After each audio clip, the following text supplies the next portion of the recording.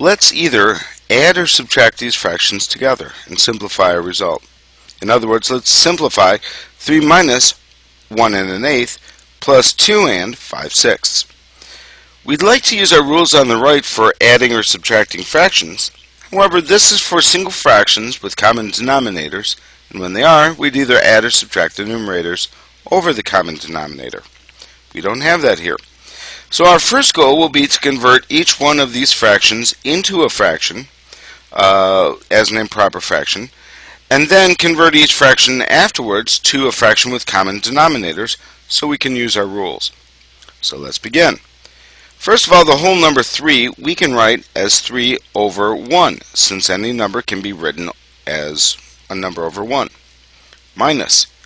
Let's convert the mixed number to an improper fraction, 1 and 1/8.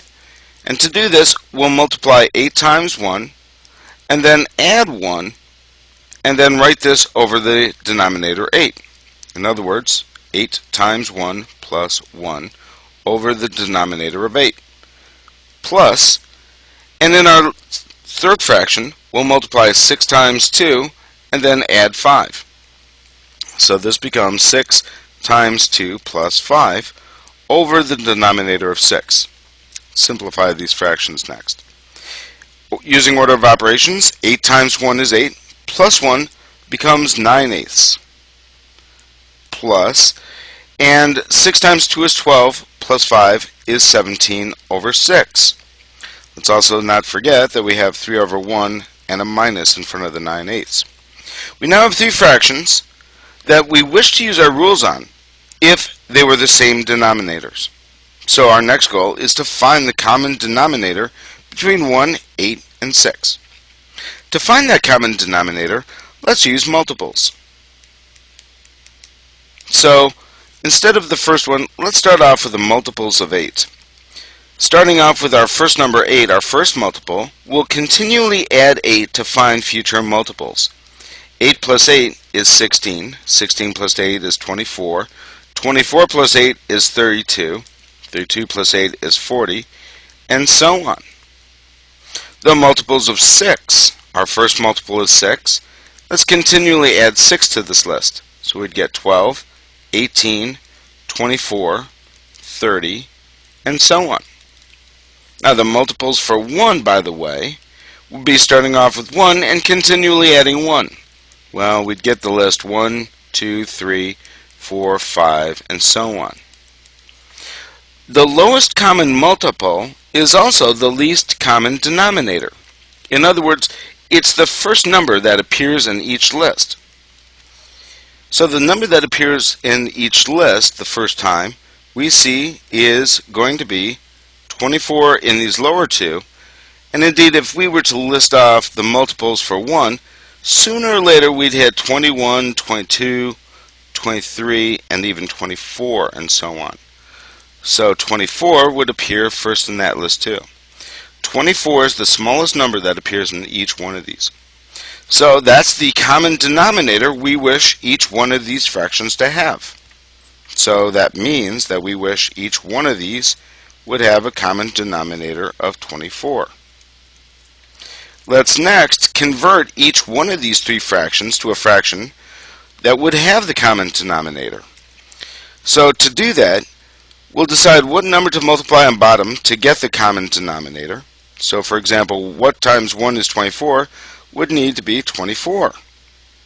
Multiplying the bottom by 24 will also multiply the top by 24. So 24 times 1 is 24. 24 times 3 becomes 72. In our next fraction, 8 times what is 24? Well, that what would have to be 3. So since we're multiplying the bottom by 3, we'll also multiply the top by 3. 8 times 3 is 24, and 9 times 3 is 27.